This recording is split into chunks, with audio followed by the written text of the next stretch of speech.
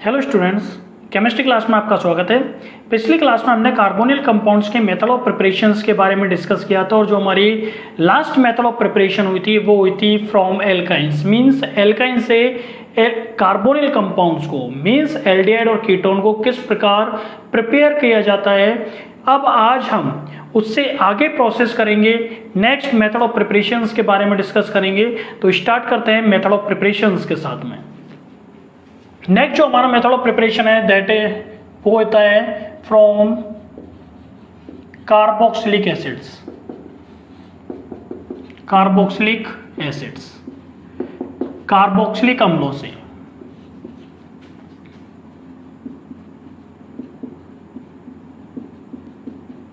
Carboxylic अम्लों से।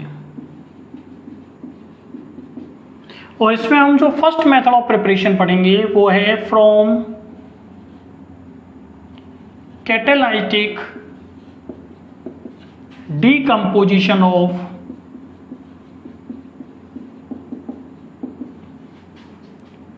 Acids, अम्लों के उत्प्रेरकीय अपघटन से। तो देखो कैसे होता है, ये हमारे पास फॉर्मिक एसिड के दो मूल्स हैं HCOOH, इसे बोला जाता है फॉर्मिक एसिड।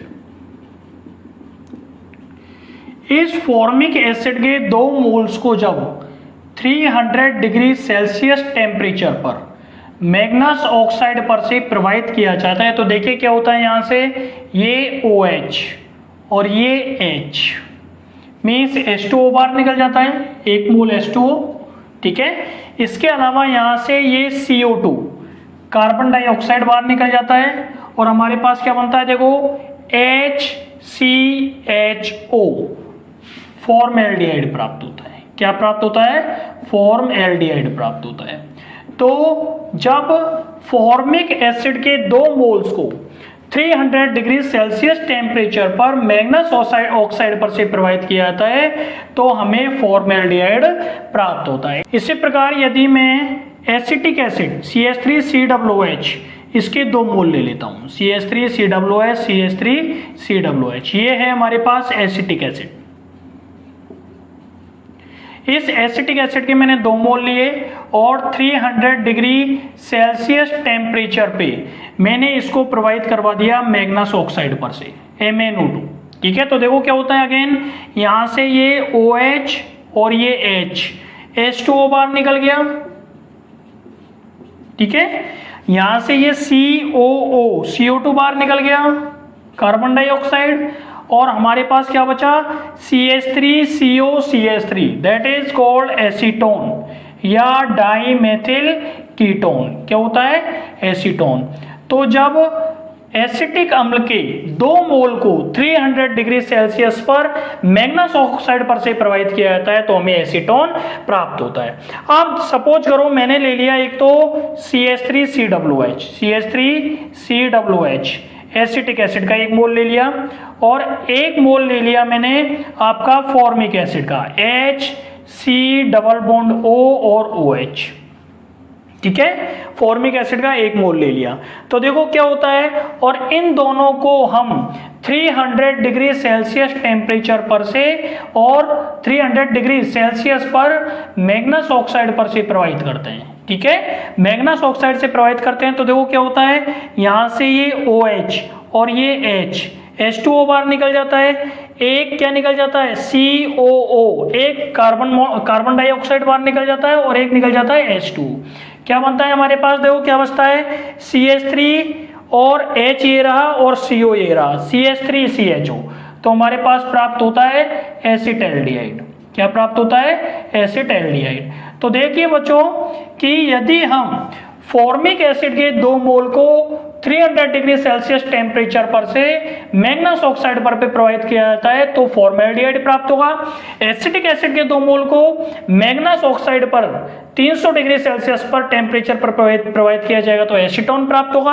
और यदि एसिटिक एसिड और ये हो गया हमारे पास फॉर्मिक एसिड, इन दोनों के मिक्सचर को जब 300 डिग्री सेल्सियस टेम्परेचर पर MnO2 पर से प्रवाहित किया जाएगा तो हमें क्या प्राप्त होता है, एसिटैल्डिहाइड प्राप्त होता है। कार्बोक्सिलिक एसिड के नेक्स्ट मेथड में हम देखते हैं फ्रॉम डिस्टिलेशन ऑफ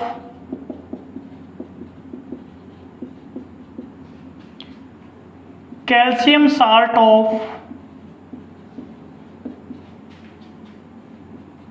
एसिड, अम्लों के कैल्शियम लवण के आसवन से।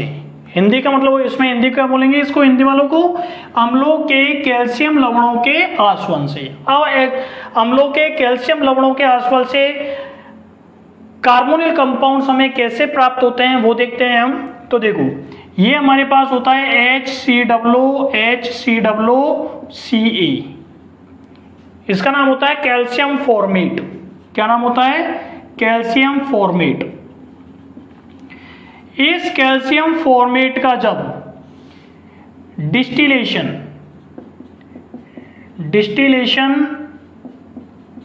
या आसवन करवाया जाता है, क्या करवाया जाता है? आसवन करवाया जाता है। जब कैल्शियम फॉर्मेट का आसवन करवाया जाता है तो हमें क्या प्राप्त होगा बच्चों? देखो यहां से Ca और ये CO3 बार हो गया। क्या बार होगा? CaCOO और O means calcium CaCO3 that is calcium carbonate. Calcium carbonate हमें बाहर हो जाएगा यहां से, ठीक है। CaCO3 बाहर हो गया। हमारे पास क्या बचा? देखो HCH और O मीन्स हमें प्राप्त होता है फॉर्म एल्डिहाइड। ठीक है।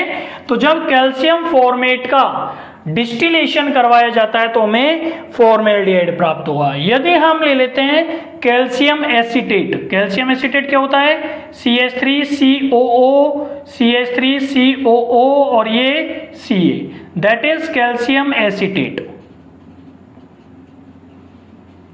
कैल्शियम एसीटेट, इस कैल्शियम एसीटेट का हम क्या करवाते हैं? डिस्टिलेशन या हिंदी में बोलते हैं आसवन। क्या करवाते हैं? आसवन करवाते हैं। तो देखो यहां से क्या होगा? अगेन ये हमारे पास Ca और CO3, CaCOO और O means CaCO3 again calcium carbonate होता है, वो बाहर निकल जाता है। कैल्शियम कार्बोनेट बाहर निकल जाता है और हमारे पास क्या बचता है? देखो CH3COCH3 क्या प्राप्त होगा? CH3COCH3 कीटोन प्राप्त होता है और इसका नाम होता है एसीटोन। क्या प्राप्त होता है? एसीटोन। तो जब कैल्शियम फॉर्मेट का डिस्टिलेशन करवाएंगे तो हमें एल्डिहाइड प्राप्त होगा, और जब कैल्शियम एसीटेट का यदि हम डिस्टिलेशन या आसवन करवाते हैं तो हमें एसीटोन प्राप्त होता है।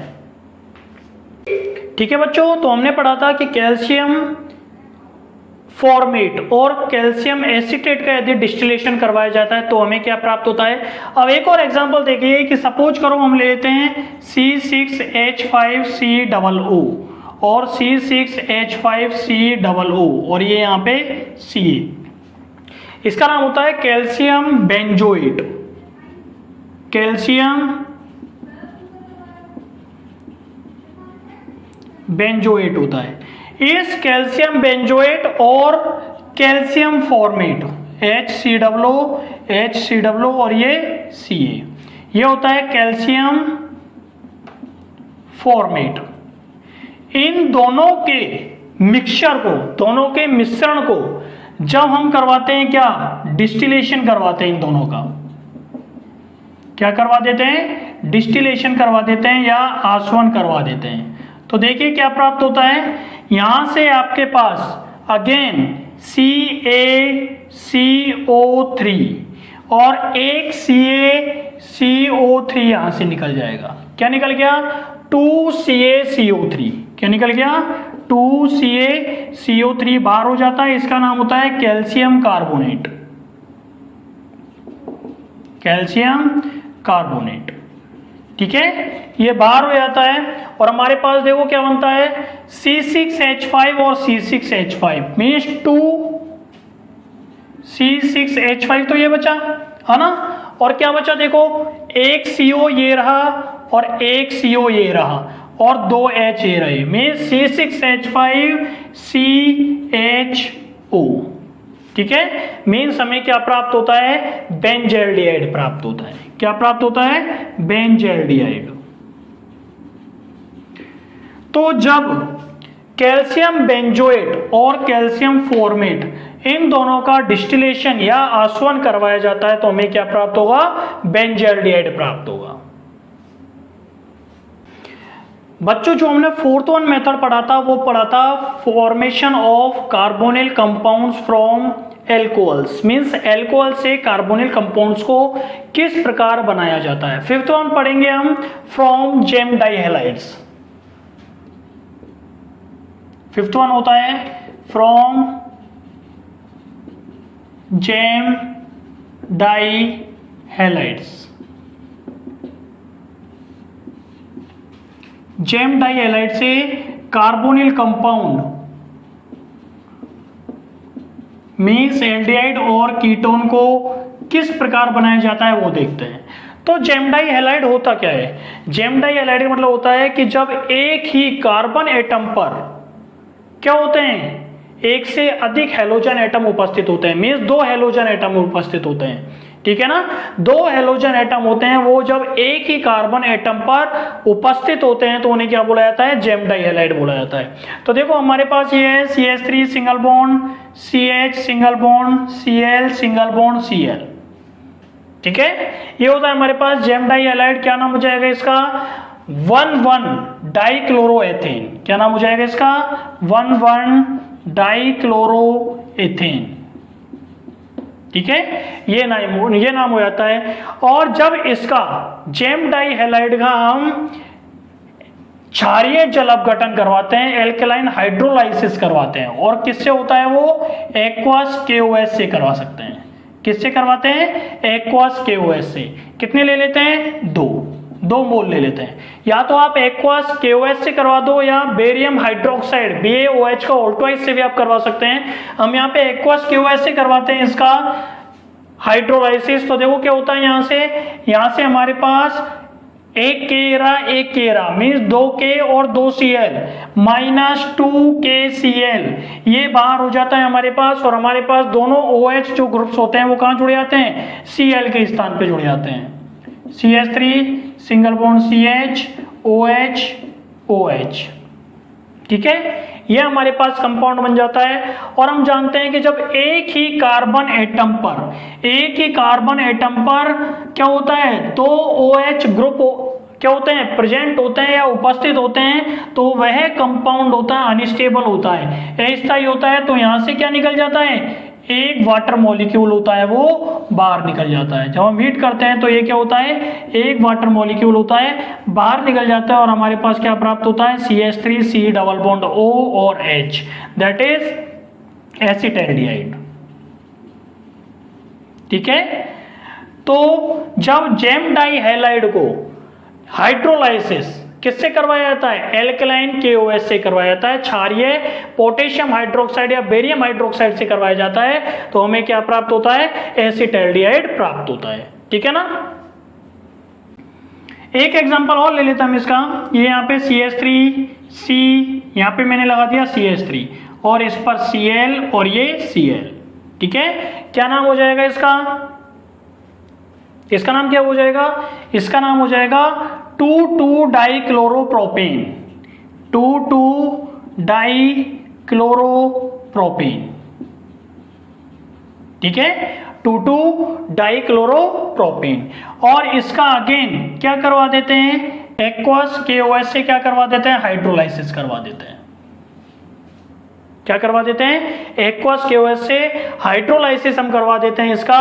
तो देखो क्या होता है, हमारे पास क्या बनेगा, यहां से अगेन यहां से 2K और 2Cl, 2KCl होता है वो बाहर निकल जाता है, और हमारे पास क्या बनता है, देखो CH3 CH3 यहाँ पे ऑलरेडी प्रेजेंट है, ये OH और ये OH। और मैंने अभी बताया था कि जब एक ही कार्बन एटम पर दो OH ग्रुप प्रेजेंट होते हैं, उपस्थित होते हैं, तो अनस्टेबल होता है और क्या निकल जाता है, एक वाटर मॉलिक्यूल होता है वो बाहर निकल जाता है, H2O निकल जाएगा। क्या बचेगा हमारे पास CH3CO CH3, CH3CO CH3, तो हमें क्या प्राप्त होगा, एसीटोन। क्या प्राप्त होगा, एसीटोन। ठीक है, तो जब जेम डाई हैलाइड का एक्वस KOH के द्वारा क्या करवाया जाता है, हाइड्रोलाइसिस करवाया जाता है, तो हमें एसीटोन प्राप्त होता है। बच्चों अभी तक हमने जो मेथड ऑफ प्रिपरेशंस पढ़े थे वो वे मेथड ऑफ प्रिपरेशंस थे जिनके द्वारा एल्डिहाइड और कीटोन दोनों को प्रिपेयर किया जा सकता था। अब हम जो मेथड ऑफ प्रिपरेशंस पढ़ने वाले हैं ये वो मेथड ऑफ प्रिपरेशंस हैं जिसके द्वारा केवल एल्डिहाइड को बनाया जा सकता है, कीटोन को नहीं बनाया जा सकता है। तो स्टार्ट करते हैं एल्डिहाइड को बनाने के मेथड ऑफ प्रिपरेशंस के साथ।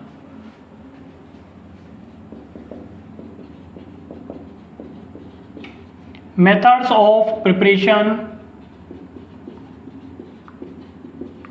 of aldehydes only मीन्स केवल एल्डिहाइड को बनाने की विधियां। इसमें फर्स्ट देखेंगे from acid chloride, acid chloride से। और ये जो मेथड ऑफ प्रिपरेशन है केवल एल्डिहाइड बनाने का, इसको बोलते हैं रोजनमुंड रिएक्शन। रोजनमुंड रिएक्शन, इसको बोला जाता है रोजनमुंड अभिक्रिया। और इसमें देखो क्या होता है, इस अभिक्रिया में, रोजनमुंड अभिक्रिया में एसिड क्लोराइड का रिडक्शन करवाया जाता है। ये हमारे पास होता है एसिड क्लोराइड। इस एसिड क्लोराइड का रिडक्शन करवाया जाता है और ये जो रिडक्शन होता है वो बेरियम सल्फेट युक्त पैलेडियम कैटलिस्ट या उत्प्रेरक की उपस्थिति में होता है। तो इस मेथड में क्या होता है कि इसमें एसिड क्लोराइड का रिडक्शन करवाया जाता है और वो रिडक्शन होता है वो बेरियम सल्फेट युक्त पैलेडियम की उपस्थिति में करवाया जाता है। तो देखो क्या होता है हमारे पास, यहाँ से हमारे पास एक H और एक Cl, HCl बाहर निकल जाता है और हमारे पास जो प्राप्त होता है वो प्राप्त होता है एक हाइड्रोजन होता है वो यहाँ पे लग जाता है, हमारे पास होता है एल्डिहाइड। क्या प्राप्त होता है हमें, एल्डिहाइड प्राप्त होता है। एग्जाम्पल देख लीजिए, CH3C double bond OCl plus इसका रिडक्शन करवा देते हैं। ठीक है, इसका नाम होता है एसिटिल क्लोराइड, एसिटिल क्लोराइड। इस एसिटिल क्लोराइड का जब बेरियम सल्फेट युक्त पैलेडियम कैटलिस्ट या उत्प्रेरक की उपस्थिति में रिडक्शन करवाएंगे तो एक H और एक Cl, HCl होता है वो बाहर निकल जाता है और एक H होता है वो यहाँ पे जुड़ जाता है और हमारे पास प्राप्त होता है एसिटैल्डिहाइड, CH3CHO, और इसका नाम होता है एसिटैल्डिहाइड। बच्चों एसिड क्लोराइड से एल्डिहाइड बनाने का जो न्यू मेथड है वो देखते हैं कि नए मेथड के अकॉर्डिंग एसिड क्लोराइड से एल्डिहाइड किस प्रकार बनाया जाता है। तो वो मेथड भी देख लीजिए। इसमें क्या होता है, ये हमारे पास एसिड क्लोराइड होता है RCOCl, ये होता है हमारे पास एसिड क्लोराइड। ठीक है, इस एसिड क्लोराइड की अभिक्रिया करवाते हैं हम LiAl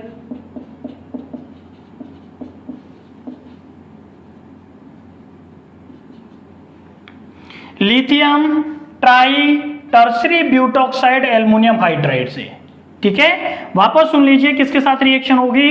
इस अभिक्रिया में जो एसिड क्लोराइड की रिएक्शन होती है वो करवाई जाती है lithium try tertiary butoxide aluminium hydride के साथ करवाई जाती है और ये रिएक्शन होती है बहुत ही कम टेम्परेचर अप्रॉक्स 78 डिग्री सेल्सियस पर होती है। ठीक है, तो हमारे पास देखो क्या निकलता है, यहाँ से हमारे पास ये Li और ये Cl लिथियम क्लोराइड होता है वो बाहर निकल जाता है। एक तो हमारे पास लिथियम क्लोराइड बाहर निकलता है, इसके अलावा हमारे पास क्या निकलता है वो देखते हैं। ये H होता है इस Cl के स्थान पे जुड़ जाता है और हमारे पास प्राप्त हो जाता है बार COH एल्डिहाइड प्राप्त हो जाता है।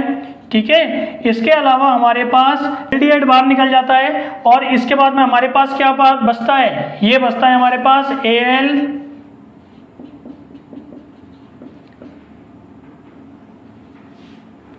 ट्राई टर्सरी ब्यूटॉक्साइड एल्युमिनियम, ये हमारे पास बचता है जो कि बाहर निकल जाता है। ठीक है, तो जब एसिड क्लोराइड की reaction lithium try tertiary butoxide aluminium hydride के साथ -78 डिग्री सेल्सियस पर करवाई जाती है तो हमें क्या प्राप्त होता है, एल्डिहाइड प्राप्त होता है। बच्चों एक चीज इसमें नोट कर लेना, फर्स्ट इस विधि द्वारा कीटोन नहीं बनाए जा सकते हैं, पहली चीज। ठीक है बच्चों, तो इस विधि द्वारा कीटोन नहीं बनाए जा सकते। और दूसरी चीज देखिएगा कि इस विधि द्वारा फॉर्मएल्डिहाइड नहीं बनाए जा सकते हैं। तो दो चीजें इस विधि द्वारा, इस मेथड के द्वारा प्रिपेयर नहीं की जा सकती है, एक तो फॉर्मएल्डिहाइड नहीं बनाए जा सकते और कीटोन नहीं बनाए जा सकते। यदि हमें इस विधि द्वारा, न्यू मेथड के द्वारा या एसिड क्लोराइड के द्वारा कीटोन यदि हमें बनाने होते हैं तो उस कंडीशन में एसिड क्लोराइड की जो रिएक्शन होती है वो कार्बोकैडमियम कंपाउंड के साथ करवाई जाती है। मैं बता देता हूं उस रिएक्शन को। ठीक है बच्चों, मैंने अभी आपको बताया कि एसिड क्लोराइड के रिडक्शन के द्वारा कीटोन और फॉर्मल्डिहाइड को नहीं बनाया जा सकता है।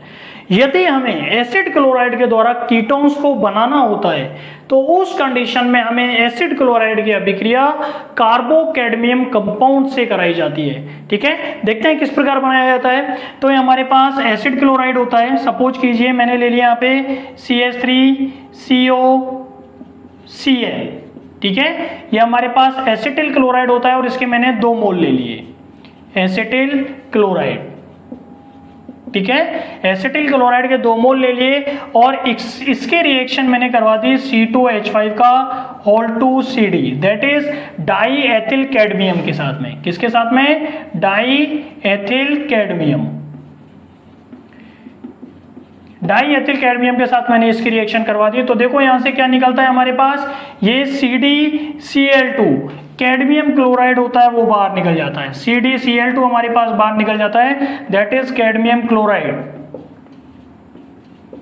ठीक है, कैडमियम क्लोराइड हमारे पास बाहर निकल जाता है और हमारे पास क्या बचता है, 2C2H5, ये यहाँ पे हमारे पास जुड़ जाता है। तो क्या बन जाता है हमारे पास 2CH3 C double bond O और C2H5, that is ethyl methyl ketone. क्या बन जाता है हमारे पास, एथिल मेथिल कीटोन होता है वो प्राप्त हो जाता है। तो हमें यदि एसिड क्लोराइड के द्वारा कीटोन बनाने होते हैं तो उस कंडीशन में हमें एसिड क्लोराइड की रिएक्शन जो होती है वो करवानी पड़ती है कार्बोकैडमियम कंपाउंड्स के साथ में, कार्बोकैडमियम यौगिक के साथ में, तभी हमें कीटोन होते हैं प्राप्त हो सकते हैं। एसिड क्लोराइड के रिडक्शन के द्वारा हम कीटोन को नहीं बना सकते हैं। नेक्स्ट रिएक्शन देखते हैं, from reduction of alkyl cyanide